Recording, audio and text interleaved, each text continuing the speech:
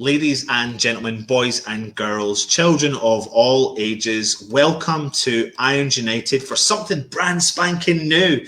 We are going live out to Facebook for a one-off Facebook stream, just letting you all know what is actually going on with our channel. You know, something we thought we'd just bring to you, and we're bringing you our Gift of the Gab podcast. So make sure if you're watching, get the comments in. We don't know how this works, if we're being brutally honest. And we don't know if your comments show up on the page. We don't know what really happens. This is brand spanking new to us, so we're just going to come live, see what's happening, and have a general chit-chat about all things West Ham. I am Anton. If you don't watch us on the YouTube channel, please check us out. We'll get the link and description in below or wherever it goes. We don't really know where it goes, but it goes somewhere. And we do regular shows. This is Stel to my left or right, depending on how you're watching it. And beside him is Alf, who is muted, but we'll unmute him. Hopefully, there he is. Hello all. Hello. How are we all today? Are we well? Very well, thank you. Very well, mate. All good. Yeah, good. Glad to be on Facebook. That's the one. That is the one. That is the one. So listen, we are doing something that's very new to us, so we're just coming. So I think you've got to hit the thumbs up, and do you know what? Share it to other West Ham groups. Let people know we are on right now, live, talking about all things West Ham. People can start a watch party, which means that they can put it on their Facebook page, and other people can watch at the same time. Absolutely. So do you know what? Cool. Give it a try. Something brand spanking new. But listen, it's called Gift of the Gab. If you've never watched us on YouTube before, this is called Gift of the Gab. We just literally have the Gift of the Gab. Well, not me in particular. Those two over there, they talk non-stop. And we talk sense to make up for the stuff that you don't talk about. Absolutely, Stel. Let's gang up on him tonight. Absolutely. So there's lots to cover, really, and I suppose you've seen our image in there, and in particular, I suppose the first point.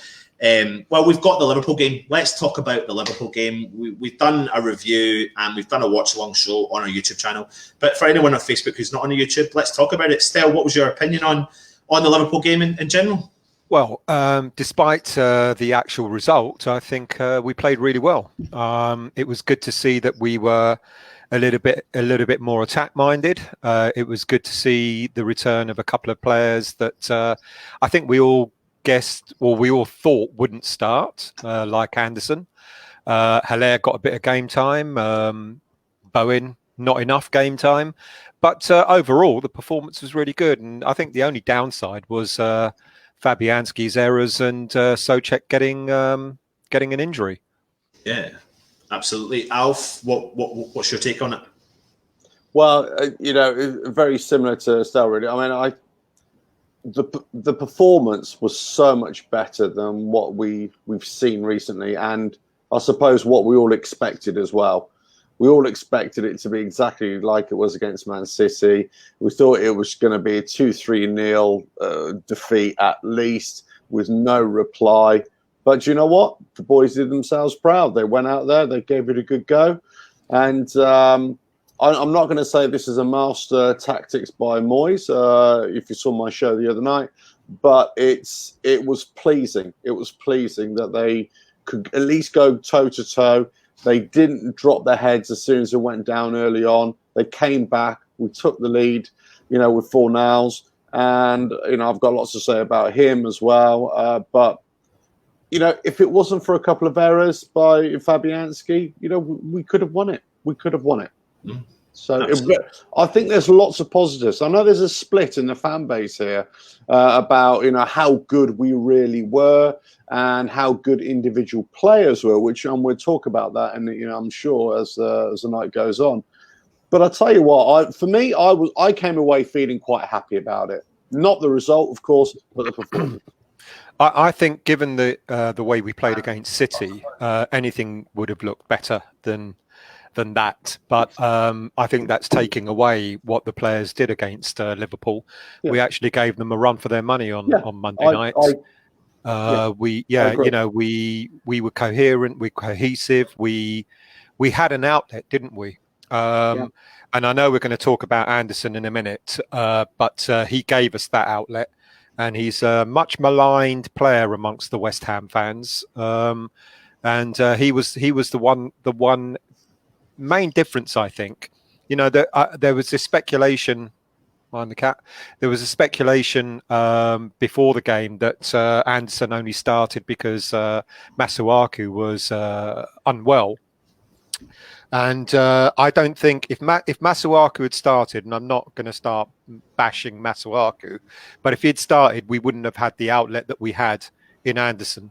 I think that's what made a massive difference between the City game and the Liverpool game, is that Antonio had some support. He had an outlet with him. Yeah, absolutely. I suppose that brings up it's probably a good time to talk about Anderson. I mean, the fan base even seems really split on his performance in general. And I suppose that's really kind of like the title of our show, which is Anderson to the rescue, question mark, because there's a lot of people in the fan base that actually think that he had quite possibly one of the worst performances in a West Ham shirt. But then on the flip side, there's the other side of the fan base that think he's had a really good performance. And it depends on the way you look at it. If you look at statistics for the game, it doesn't read well.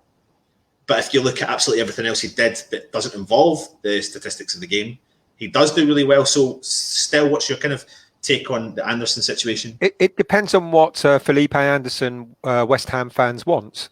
If they want an attack-minded player with flair, that's going to be creative, that's going to bring other players into the game, that's going to potentially create some chances, or if not create chances, then open up space, then I think we'll be happy. If you want a Felipe Anderson that's going to go and defend and sit at the back and, maybe not always get the ball to the player that he wants, then you're going to be unhappy. And I know an awful lot of the stats looked pretty awful. I think he got dispossessed 3 times or something like that. He kind of gave the ball away about 7 or 8 times or whatever. But what you get with Felipe Anderson is the flip side of the coin. He might do that, but then he might come up with a bit of magic that's going to do something. And even though he wasn't directly involved in the Fornals goal, he started it from our half, and that's the difference that he makes. So it depends on what sort of Felipe Anderson you want. Yeah, Alf, what's your kind of take on Anderson as well? Yeah, I mean, look, there's a couple of things we've all got to consider. First of all, he's been out for a long time, so I think his last appearance, I might be mistaken, was in the 4-0 win that we had. He might have had another appearance after that, but he's been out for quite a few weeks now. We've desperately missed some kind of attacking flair, some kind of creativity. And whilst he didn't have the best of games in terms of end product, because that's the most frustrating thing about Anderson. It's consistency and overall product.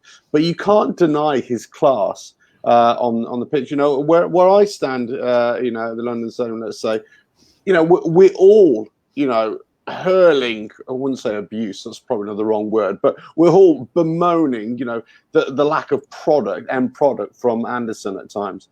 But at the same time, he's the one that can produce something, and it's that something that we have missed in recent weeks. And I tell you, and I'll leave it on this because I do tend to ramble on when I start talking about a player. But I will say this about Anderson is this: what he did in that game, you can't put down on paper. You can't quantify, because what he did, he put doubt into the minds of the Liverpool players.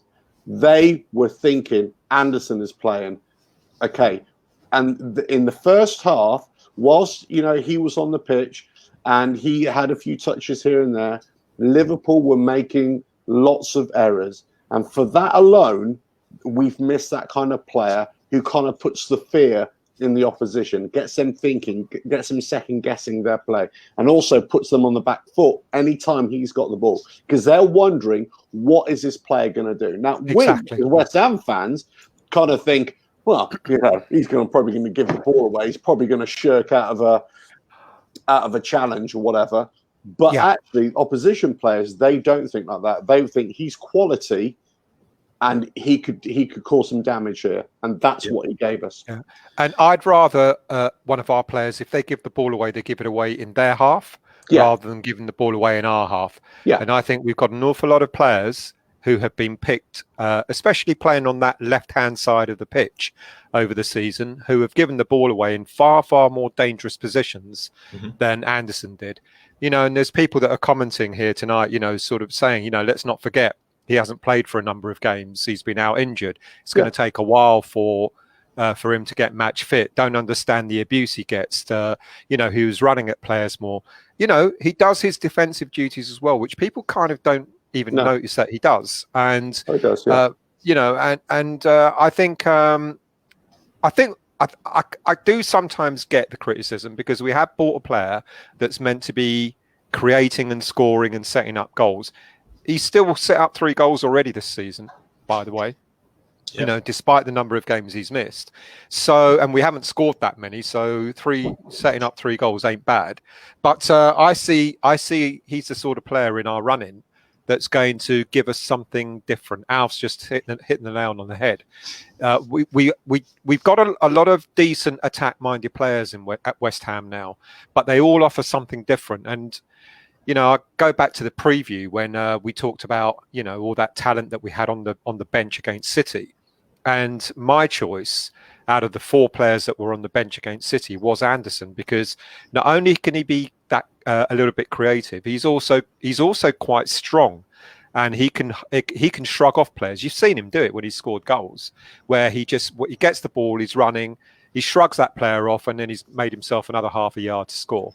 And that's why I agree with Alf. I think he's going to be he's the sort of player that we're going to need in the team, in the starting 11, that's going to be able to bring us something different. Yeah. And the criticism, I think people are forgetting he hasn't played since Sheffield. Yeah.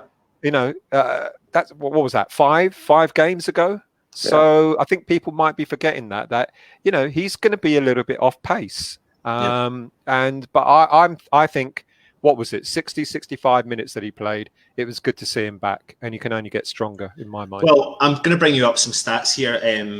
This came from Football Fancast, which I thought was really interesting, was the head-to-head with and without Felipe Anderson. And as you can see there, with Felipe Anderson, with 20 games played, we've won 6 games. There's a 30% win ratio, scoring 26 goals. And then without Felipe Anderson, there's 11 games, 2 wins, 10 goals are scored. And, you know, again, I know there's a comparison. There's 9 games that are missing there, but I think this adds to the equation of the fact that he is offering us an outlet that we've been missing so much. I think we've said it through all of our shows that we do on the YouTube channel. And again, like I said, if you're not following us on YouTube, try and jump across there, hit the subscribe button, because you get regular content on there with regards to what we do. But he is so effective at giving us a forward-thinking, forward-attacking style of play, which we miss heavily. You know, we've got that disconnect. I mean, the biggest thing you need to look at between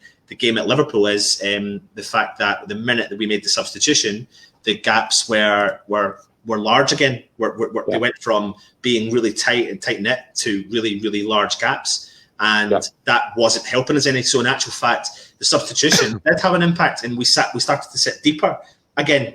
And it didn't really help. Moyes has made the same mistake twice now. He did it against Brighton, and he did it against Liverpool, where he with the changes that he made, he invited pressure on us, and he's got to stop doing that. You know, it's really quite a concern that he is doing that, because we did so well right up to that point, and all of a sudden, we're finding ourselves under the cosh. When I think it was right to take Felipe Anderson off because he was tiring, he was getting tired. But then that was the ideal opportunity to bring Bowen on, you know, and bring on someone like for like. You know, David's just commenting here, Anderson, Antonio, Bowen, you know, with Fornals just behind. That's quite a formation. That's got quite a lot of class and quite a lot of pace on that. Yeah, and that perhaps is the sort of thing that we should be considering. And I think. I don't know when Moyes is going to learn his job, you know, to not invite that pressure on us. He did it against Brighton. He should have learned his lesson from that. And the minute he took Anderson off, that's exactly the time he should have put Bowen on, who was going to give you almost a like for likeness, slightly different player, but almost a like for likeness. And that's what I would have done. But then I don't earn the money that Moyes does to manage the team. But it seemed obvious to me what he should have done. It's really interesting. There was a really good write-up online today. I'm going to read you some of the kind of things about it, because I mean, today pretty much we've been going on and on, back and forth, even me with a couple of the guys that's involved in the channel, Irons United, and we talk a lot about Felipe Anderson's performance. And I think you've got the two kind of styles. You've got the person that looks at the stats and goes, you know, he's only had 1 assist this season, he's not scoring as many goals, etc. And then you've got the other fan that looks at it and goes, I'm not trying to say look at the bigger picture, but I think if you're not looking at stats, you have to look at the bigger picture to find out what it is that he has offered. And what I thought it was a great write-up today, so I'll read some of the kind of the stats from it. Felipe Anderson returned to West Ham United's starting lineup to face Liverpool Monday evening following a 5-match Premier League absence. Barring some kind of mind-boggling miracle, which did for a fleeting, scarcely believable moment in time represent a genuine possibility, he was destined to sink into the shadows of Mo Salah and Mane. But prior to Fabianski's, and they joke and say Flapianski, the imposter who slipped into West Ham gloves on Monday night, conspiring to give Liverpool a literal helping hand in their bid to topple every record known to man, Anderson did much more than fade into the shadows. So, of course, they say he didn't come without fault. He was shirking a 50-50 challenge inside the first half.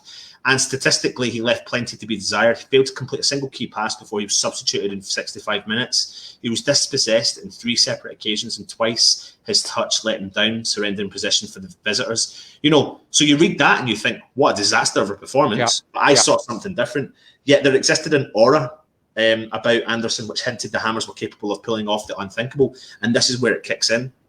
In possession of the ball, he was composed and dynamic, gliding past dumbfounded Liverpool players with the conviction of a five-a-side player who is all too brashly aware of his devilish superiority to those attempting to dispossess him. 5 times Anderson pulled off a successful dribble, more than any other player in claret and blue, and on every occasion his agility and immaculate control seemed to add an extra 5 yards of width to the pitch. His teammates undoubtedly benefited, and it's no coincidence that Declan Rice had the time and space to swivel and deliver a cross. Trent Alexander-Arnold would have been proud of to give Pablo Fornals the goal. There was no direct involvement from Anderson, but his presence undoubtedly gave West Ham the cutting edge, one distinctly absent from the play when Sebastian Haller replaced him in 65 minutes. So it's it's a really clever write-up. It's someone who's looking at the game and looking at the bigger picture and actually seeing what he can bring as a footballer. And, you know, we didn't bring Anderson in to look at these like this side of him. We brought him in to be that, you know, scoring loads of goals and assisting loads of goals, but we're in a situation that we're in. And unfortunately, we need these players to bring the best out of us. And I think a player like Souček, this is where I'm going to go with this angle. I think Souček looked at on Monday night in the first half, because I thought he had a fantastic half, and looked up and thought, there's the quality player. There's the quality player. Yep. There's the one I can work with. There's the one that can let me do the job I'm allowed to do. Yeah, absolutely. What do you think the impact of Souček's injury is going to be still? It depends on how Moyes decides to replace him. If I think... not because he's done anything badly wrong, but I think Noble needs a rest. And I think had Souček not been injured, Noble would have been rested on Saturday against Southampton. But what will probably happen is, you know, dare I say it, I'm dreading to even use this name. He could go and he could try and go like for like, and he might bring Sanchez in. Don't say it. I know, mate. I know. I don't want it. But he might do that, you know, in order to have that 3 in midfield. I think that would be a disaster, because we've seen the class that Souček has. Souček has absolutely transformed our midfield in the 3 games that he's played. Absolutely transformed us, and he's unbelievably so. He's a massive loss, you know, and I know he's going to miss about 3 games, but you've got to say. He was courageous enough to put Fornals on for Souček. So let's hope he keeps Fornals. So he plays Noble and Rice just behind with Fornals just in front. If there's going to be a change to the starting lineup on Saturday, that's the one that's enforced. And I don't want to see any other changes, to be honest with you. No, I tell a lie. I do want to see Bowen start. I'd like to see Bowen start as well. But who do you play, instead of Bowen? Who do you replace Bowen with? I mean, and the answer to me has got to be it's got to be Snodgrass, and a lot of people will say, well, that'll be hard on Snodgrass, but you've got to make a change, and I think you've got to make a positive change. But I think it's got to be Fornals, isn't it, for Souček? Well, the funny thing though is, what's interesting is today I've seen a lot of people chatting about potentially trying to drop Antonio to bring Bowen in. Alf, I mean, what's your thoughts on even thinking like that? Thinking, 1 minute we're praying for the saviour to come back, and the next minute people are trying to potentially calling for him to be dropped. Well, the thing is, the last couple of games he hasn't had a great deal of success because he's basically just been up there by himself.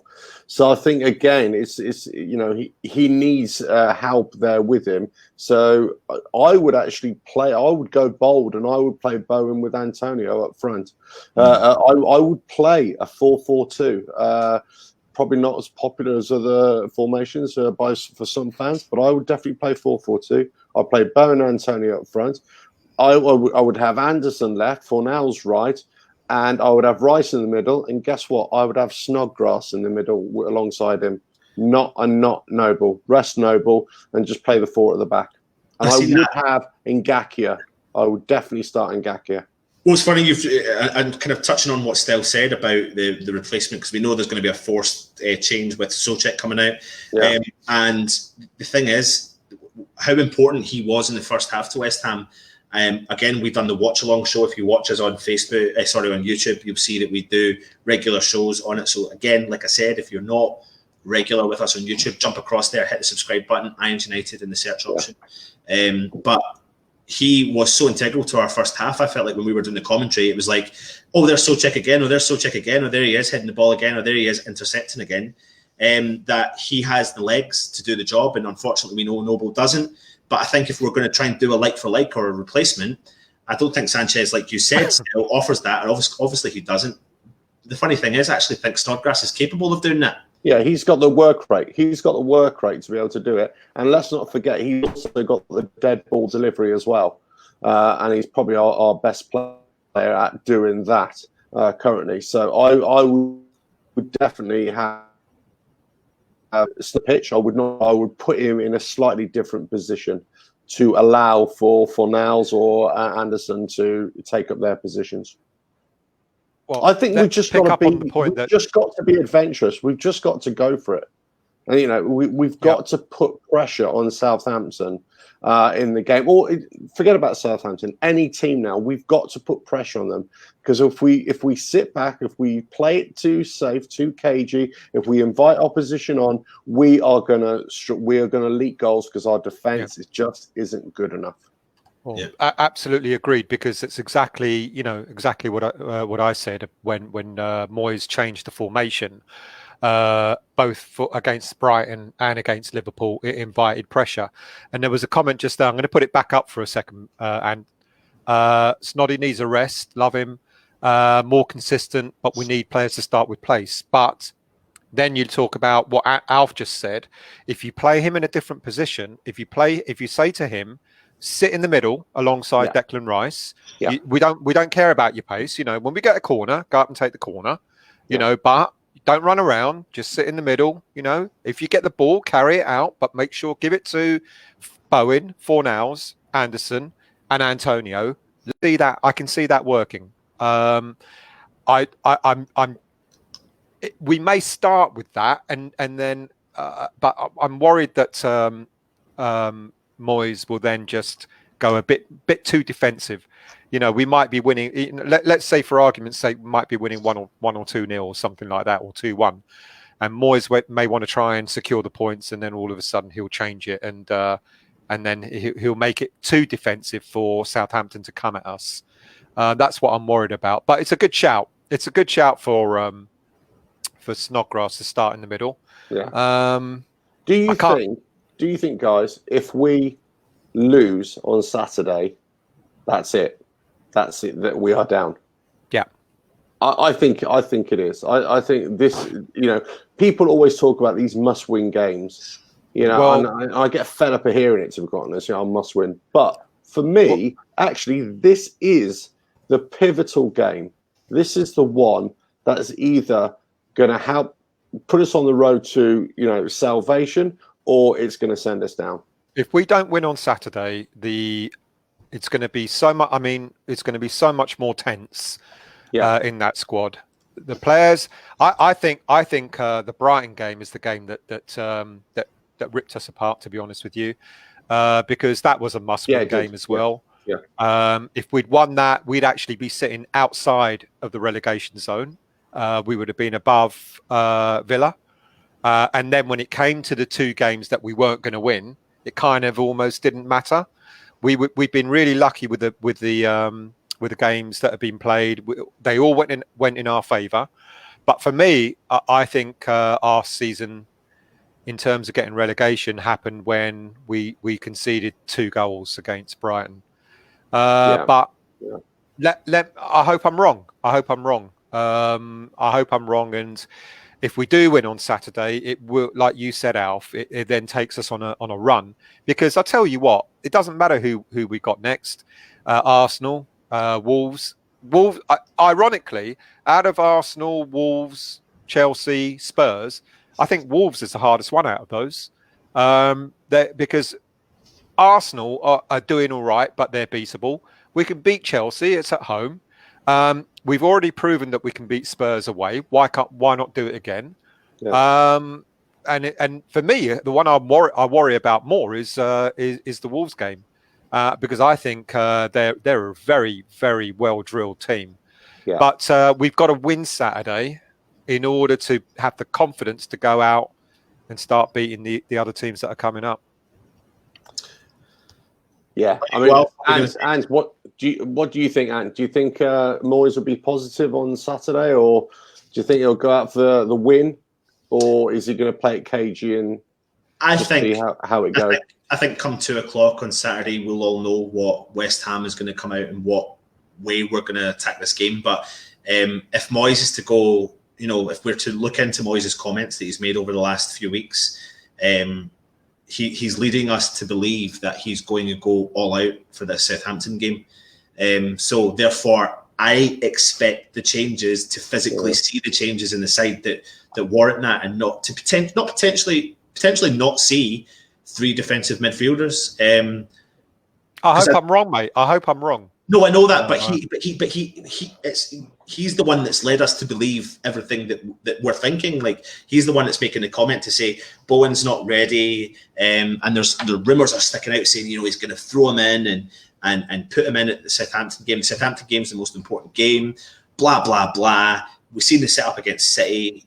We saw a little bit more of a positive movement at Liverpool, but yeah, for me, it's funny because we can say Southampton's a must-win game, and technically, it's actually not. Technically, for our confidence and motivation, it is. We need to win. We need to win 6 of our last 11 games. Yeah, and we've got 6 home games left. Absolutely. So for me, I'm just making the statement that, like, if you do the math, obviously with math. Oh, absolutely, yeah. We can go to our last 6 games of the season, having not won a game between now and then, absolutely, and say, we're technically still going to stay up. But what that's going to do for the squad is going to be absolutely disastrous. Look at this stat that David's just put up.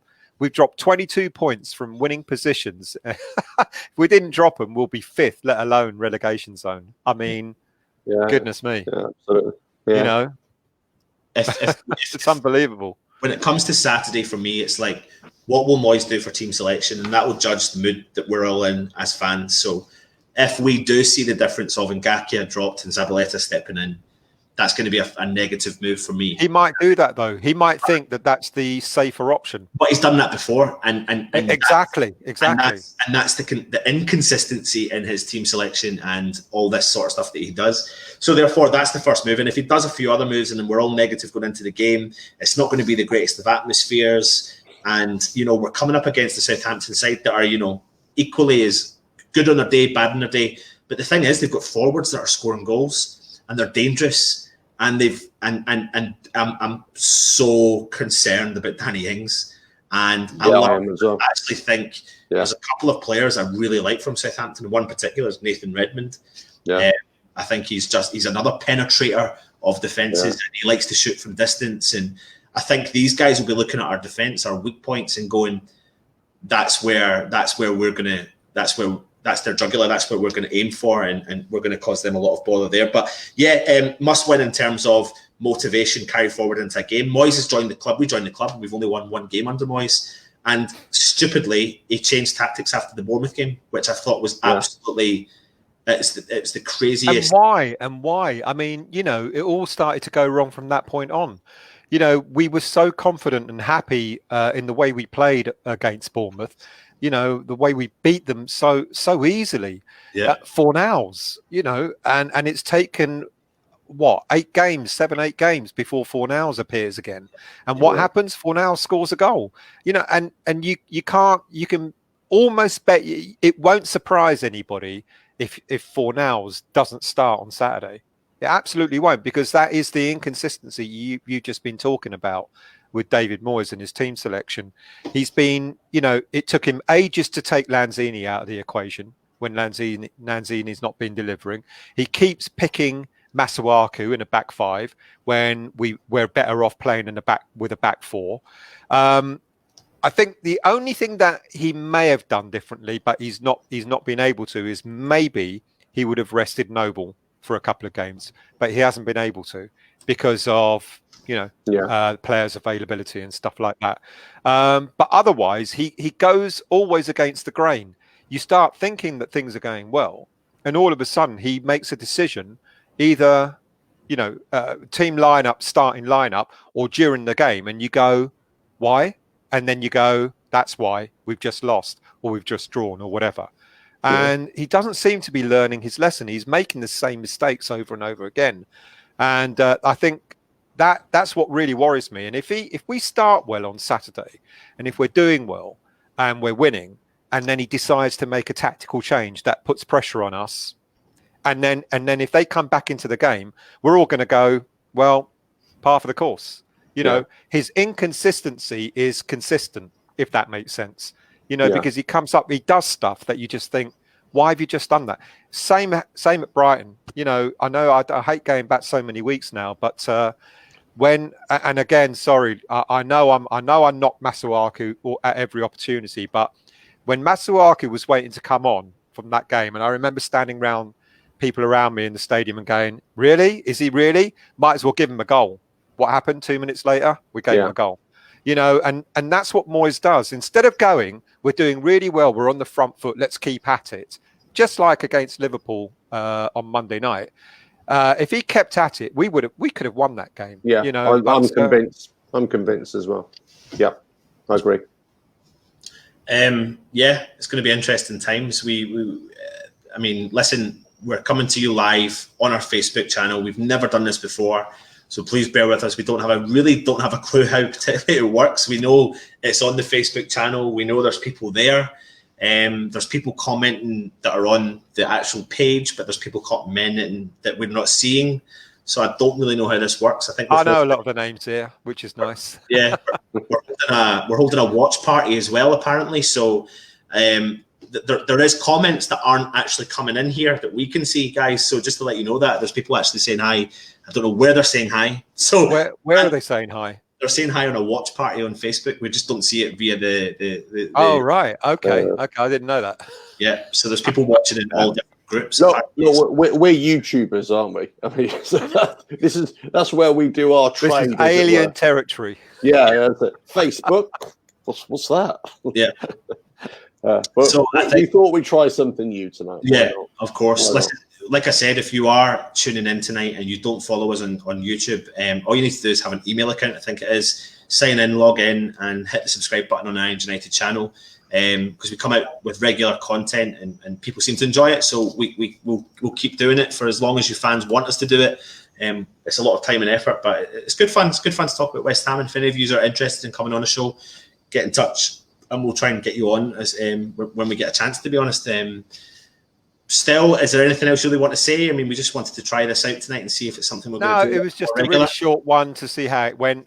Please, let us know what you thought of this. Because as Ant said, it's the first time we've done it here. We usually go on YouTube, and we feel a little bit more comfortable on YouTube, don't we? We kind of know our way around. Yeah. So, we've seen many people coming in and out, in and out, in and out. So let us know what you think, and it'll be really interesting and see how we can do it any better. We won't go out as late as we did tonight. We thought, because it was a test, we thought let's give it a shot. So thank you all for watching it at this hour. Absolutely. So like I said, this is called the Gift of the Gab Show. And we do this probably once a week, once every 2 weeks. It's just an opportunity for us to have a chin wag and really get our points across. So like I said, if you want to see a little bit more of this kind of content, jump across to the YouTube channel, hit the subscribe button. Stel, you do a weekly show called the West Ham Weekly. He views everything from that past week and gives his kind of point of view, and then he engages a lot with the comments. Alf does a few other shows called The Confidential, the Oi Oi, and the Grumble, depending on what West Ham turn up that week. So you get to see a positive Alf or a negative Alf, it all depends. And then we do a preview and a review as well. Anyway, I won't keep you on too much longer. It is late. Maybe we'll do one in the future and we'll come on a little bit earlier and see what happens. But we'll go away, do our research and see if this was successful or not. And thanks for tuning in. He's been Stel. I've been Anton. We've been Irons United. Come on, you Irons.